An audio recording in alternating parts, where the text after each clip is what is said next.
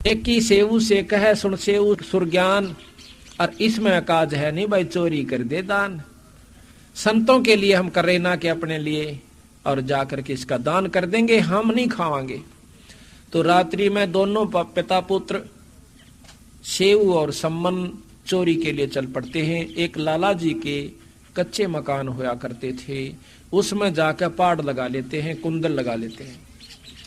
अब वहां पर वो लड़का कहता, पिताजी मैं कुंडल में अंदर जाऊंगा, आप बड़े हो और देखो मैं पकड़ा भी गया तो कोई खास बात नहीं है, और आप पकड़े जाओगे तो बेइज्जती हो जाएगी, ये राजाओं का राज है, खत्म कर देंगे। तो कहने लगा, नहीं बेटा मैं तो मर जाऊं 360 पर मेरा बेटा नहीं मरना चाहिए, मैं जाऊंगा। इस प्रकार नहीं पिताजी, आप मेरे पिताजी सो और मैं बच्चा सुनू, कह के वो बच्चा अंदर घुस जाता है। फिर ने बोला, भाई एक काम करिए, 2.5-3 शेर से ज्यादा मत लेना, संतों का ले आना। उसी समय उसने अंदाजा सा लेकर और 2.5-3 शेर आटा और उसे कपड़े में अपने में डाल लिया, चालन लग गया। जब खुड़का हो गया, ताखड़ी तुखड़ी पर पांव टिक गया, एकदम लाला जी खड़े हो गए, भाज कर उसको पकड़ लिया चोर चोर करके। इतने में वो पोटली में बंधा हुआ आटा तो उस पाड़ में का उस सुराख में का बाहर डाल दिया, बाहर फेंक दिया। कहने लगा, पिताजी आप ले जाओ, गुरुजी ने रोटी खवा दो, और मैं पकड़ दिया लाला जी ने। लाला जी ने बांध दिया, थाम कर तड़के देखूंगा थरे भगते, तड़के बताऊंगा तुमने भगते ना चोरी कर दे अंडो। अब उसने होगी मुश्किल। लाला जी ने तो सम्मन चला गया, आटा दे कर कहने लगा भोजन बना दो। नेकी कहने लगी लड़का कि वो तो लाला जी ने पकड़ लिया। वह बोली कि सर काट दे छोरे का जाके, के बात के काल में बेइज्जती होगी, न पछाण लेंगे लड़के ने कि किसका लड़का है, सारे गांव में बेइज्जती होगी, मारी तो 360 पर बंदी छोड़ की होगी आज। नो कहेगा कि ये चोरी कराने खातिर हूं, ये सिखावे न चोरी करना। वापस जाता है करद लेकर हाथ में, नो बोला बेटा सम्मन ना सेऊ। सम्मन कहता है कि बेटा सेऊ एक बात से बहुत जरूरी कान में कहनी से। लाला जी से कहने लगा सेऊ कि बार मेरा पिता खड़ा से, अगर आप एक बार इजाजत दे दो मैं 2 बात कर लूं, अगर तुम भाग जाएगा, अगर मेरा पैर बांध दीजिए तो ज्यादा अनून मैंने करने से कित भागेगा। पांव बांध के जेवड़े थे और थाम कब जोड़ दिया, सिर बार काट दिया, इतना ढीला कर दिया। तो कहने लगा बाप था, हाथ नहीं उठा छोरे पर के कर्ज चला दूं। सेऊ भी जान गया इस बात ने कि हे बंदी छोड़, यो मेरा पिताजी मेरा सिर काट लिया, इज्जत रह जाएगी गुरुआ की, ना तो नाश पिट जाएगा कति। कहने लगा पिताजी मेरा सिर काट ले। फिर नहीं बोला पिताजी जे तू मेरा बाप से तो सिर काट ले, ना इज्जत नहीं रहेगी बंदी छोड़ की। इतनी कही थी कि नाड़ में तलवार एकदम करद काट मारी, आर पार कर दी, और सिर न ठा ले गया कि पछाण में ना आ जा। सिर जाकर के वहां पर ताक में रख दिया। फिर नेकी कहने लगी कि वापस जा, वहां पर वो सिर नहीं पाओगा, ना धड़ नहीं पाओगा, धड़ बार पड़ा पाओगा, सेठ नहीं रखेगा। सेठ ने जब देखा कि इसका तो नाड़ उतर गई, 302 का मुकदमा 13 जम्मा हो जाएगा, उसने उस धड़ को उठा करके दूर भगा दिया, अपने बारने से भी दूर गिरा और अपना बंद करके वो पाड़ फटाफट इसी तरह बैठ गया, जानो कुछ भी ना हुआ। लीप लाप कर रेता मार दिया उसके। वापस जाता है सम्मन तो सेऊ का धड़ बार पड़ा हुआ पाया, उठाकर छाती का ला कर ले आया, एक कोने में घर के में ला कर रख दिया। रोटी बनाने लग गए, रोटी तैयार हो जाती है। जब सुबह सुबह गुरुदेव से कहती हैं बंदी छोड़ भोजन पालो।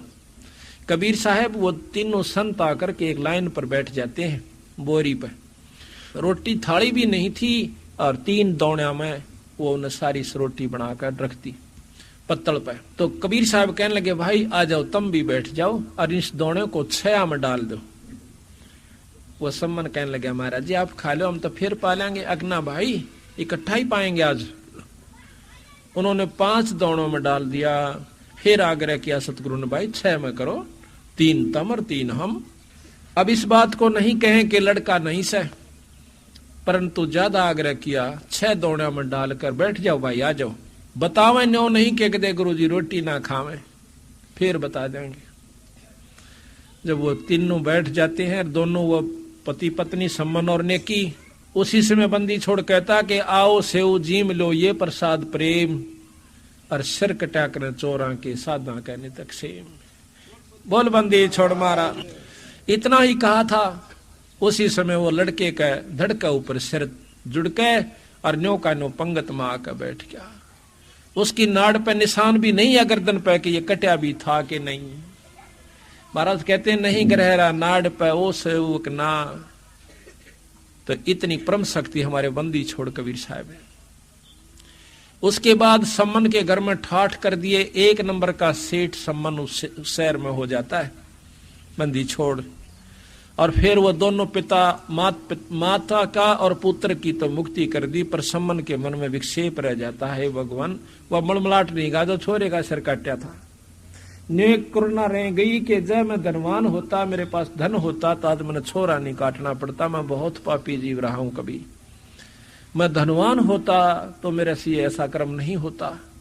बंदी छोड़ जाएंगे उनके मन की, अगले जन्म में उसको 9 शेरवा का बादशाह बना दिया और इतना धन दे दिया। 70 गंज, 1 गंज के अंदर अरबों रुपया होता है। हीरे जवाहरात की पूंजी का कीमत अरबों होती है। ऐसे 70 अरबों उस समय के इतने खजाने दे दिए, बड़ा राजा बना दिया 9 शेरवा का। पर दान की वृत्ति खत्म होगी, जब पैसा बढ़ जाता है दान नहीं हो सकता। बंदी छोड़ ने सोचा कि यो तो खागड़ी फेर चूक गया बसौकड़ी ने, ईब नाला बन गया, मुंजी होकर बैठ जाएगा, फिर नरक में जाओगा। यू काड़ नहीं छोड़े थोड़ा सा हमारे अंश ने। तो वहां जाकर एक संत का रूप बनाकर भोले बाड़े से का कहने लगा, भाई भगत जी कि मैं दान दे राजन ने। बोला दान होता देऊ मैं, कितना दू दान तने ने। बोला भंडारा करना सेठ कि मैं दे 1-2 लाख रुपये से। तो राजा से तेरा की फर्क से? ना पैसे से को नहीं। पहला आदर किया करते संतों का, राजा भी ज्यादा ना किसी को तंग नहीं करा करते, गलत नहीं बोला करते। इस चीज से भी क्या करते कि कहीं शराब ना दे दे। मैं बोले ना जी इतना पैसा कौन मारे, तो बस थोड़ा दे दे। तो 2 रुपये दे। आखिर में 2 पा आगे, 1 पा आगे, 1 टका कह दिया, 1 टका तो दे दे। राजा ने बोला होता दे दो, तू दिमाग क्यों चाट रहा मेरा? महाराज तू जाड़े थे। कहने लगा ये दबा रखे तने खजाने 70 ये किस लिए है? क्या कहे? ये तो कोला भर रखा है इसमें मैंने। बोले तथास्तु कोला हो जा बेटा। न्यो कह कर जा बैठे बड़ी में। उन्हें खुद आकर देखा, बेहोश हो गया, सारा कोला हो रहा। ढूंढ कर लिया हो रहा महात्मा को। वो बाटा देखे दे बंदी छोड़ तो ठह आए।